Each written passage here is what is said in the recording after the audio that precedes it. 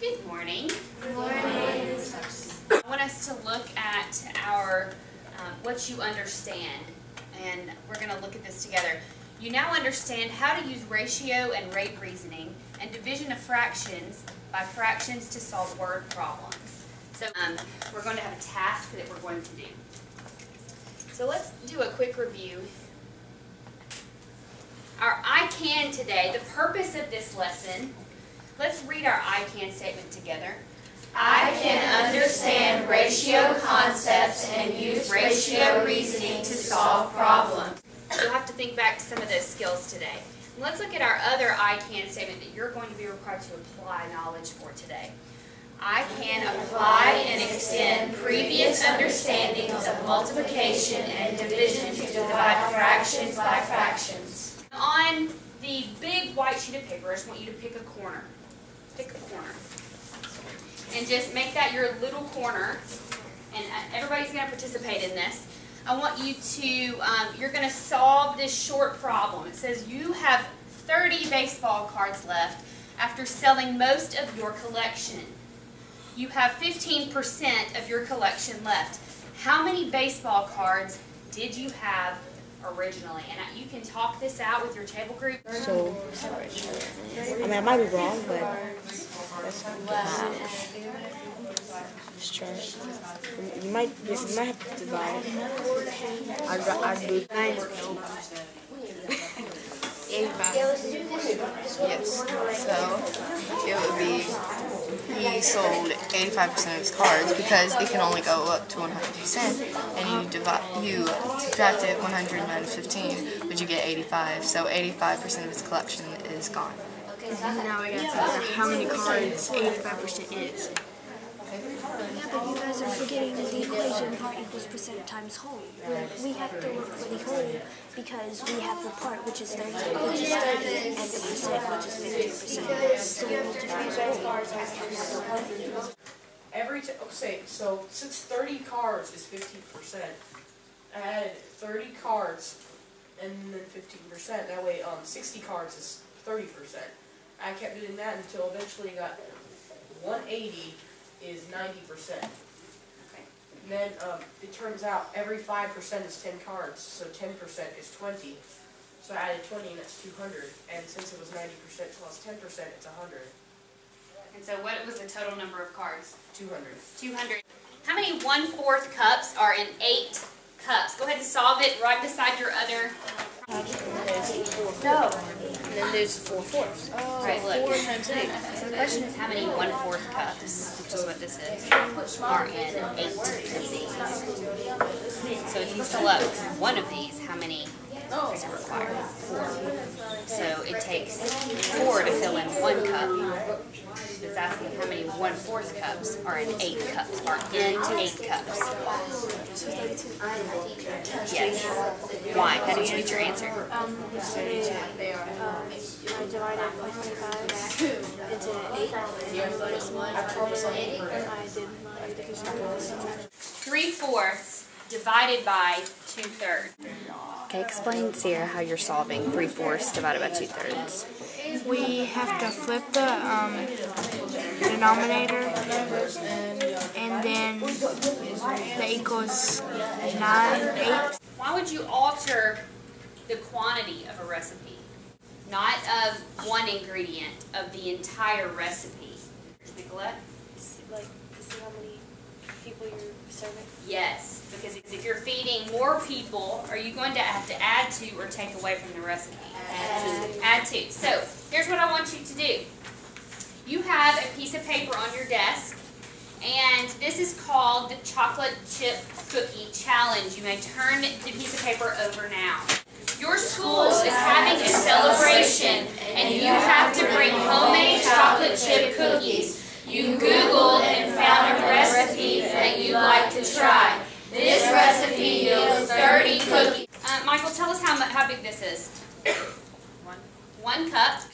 What does this represent, Marquise? 1/2 a cup. How many 1/2 cups fit in a cup? 4 1/2 cups? What do you think, Amaria? 2 1/2 cups fit in a cup. Okay, good. And so how many, what does this represent, Amari? 1/3. How many 1/3 cups fit in 1 cup, Taylor?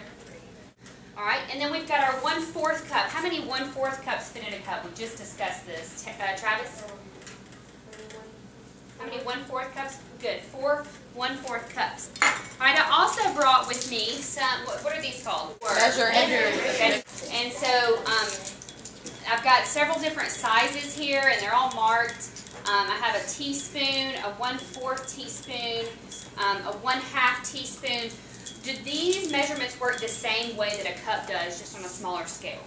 Yes, absolutely. Completing this task today as you look at your ingredients. So go ahead and look with your table partners at your ingredients and think about what you would need to compile to prepare this recipe. The eggs you used were 20% of the total number of eggs you had when you started. How many eggs did you have before you made this batch of cookies? Justify your answer. There's 2 eggs, and it says that the 2 eggs is only 20% of it. So if 20 eggs if 2 eggs is 20%, 1 egg should be 10%. And for 100%, there should be 10 eggs. So you need 10 eggs before that. Like, if it's 2 eggs, right, and it's 20%, how is it supposed to be 20%? Are you like supposed to cut off part of the egg or something? No, 20% is the 2 eggs you took out of the egg carton.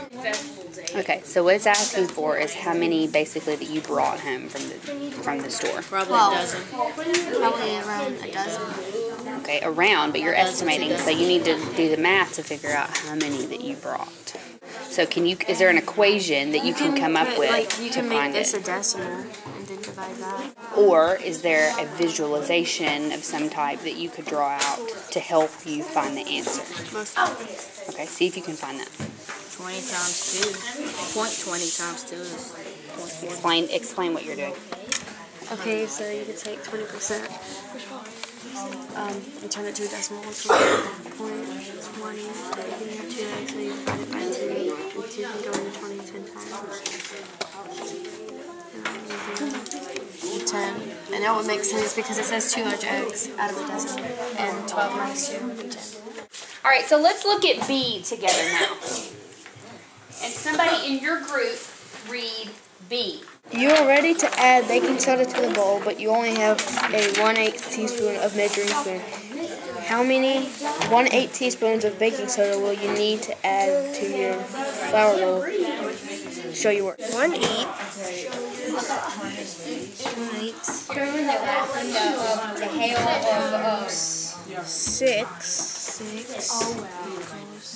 6/8, which can be simplified into that one guy for the first battle. All right, looking at the 1/8 teaspoon, what do you can you see something that's different now? It's a lot smaller than I imagined. Okay, it's smaller. But I should have known that the bigger the denominator, the smaller the. Okay, good. So look at the question again, thinking about that particular spoon. Then we would need about probably 16. Right. Because 4. 16. No, I just did in my head because if it's 8 and it's 4 over here. Well, I know that 2/8 made a 4, so first I took 1/8 and added 1/8 to get a 4. And then since I know 1/8 would, yeah, and then I took, yeah, So yeah. 4/8 equals 2. And then this 4/3. Yeah, thanks. How many 1/4 cup measuring containers can you fill with sugar based on the ingredients listed? Show your work. So first, I found this from the question.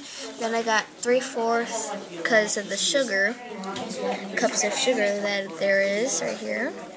And then you have to do this, because when you're dividing, you have to keep the first one, then change the division sign to the multiplication sign, and then you have to flip the 4 to the top and the 3 to the bottom. and then you multiply across just like usual, and then you have to simplify it. And if you just simplify it, would be 1/3, and then that would equal 3. Very good. You are going to make a batch of cookies for every class at your school. So it's every class at Chapman. So, I will tell you, this is one thing you will need to know to be able to solve your problem. There are 30 classes that you are making cookies for. Well, we need to multiply 30 over 1 times 3 over 4 equals, what's 30 times 3? 90. Yeah. And 4, divide that. 90. 4, 2, 8, 1, 2, 8, 2. You put this one. 22.5 cups brown sugar. So that's 22.5. 22.5. Yeah, basically. Okay. Now 0.5 equals 15. Yeah. And the 3/4, yeah, 15? Yes. So it would be 15 cups. Okay, and then that is 0.75. That's 0.75. Yeah. Yeah. Alright, so it's going to be 30 times 0.75. We are doing it. 0, 15, 0, 21. We're multiplying 30 times all of the measurements. We're going to add like 30 to each of these. So You're going to add 30? we're not going to add 30, we're going to make it 30. How? We're going to multiply by 30. That's what we should do. Research the ingredients in your recipe and write a shopping list. For each ingredient, write how many of each item you will need to purchase. Also, determine the percentage of the item that will be left in the container after you make your batter. So, the 4 websites that I'm going to approve for this are Walmart, Kroger, Publix, and Target. Okay, so I found the Kroger dark brown sugar is 2 pounds. So It won't let us give we're gonna need a bit extra. We're gonna need a bit extra since it's half. We got the So we're gonna need a bit extra. So how much will you have left over in that pack, Brennan? We should have dark brown sugar. 1.5 left. Yeah, 1.5 left. Pounds? 1.5 pounds. Great. 4 in 1 pack. So how many packs would you need to get to 15? So, 4. yeah, Okay, which would actually give you how many? 16. So how many would you have left over, Travis? 1 stick of butter. How many? 1 stick of butter. Very good. In one column, I want you to put the quantity that you are going to have to buy. In the other column, I want you to put how many you would have left over after you have made your cookies. So plain salt is 26 ounces in a bottle, and then here, I'm pretty sure it's 30 salt teaspoons.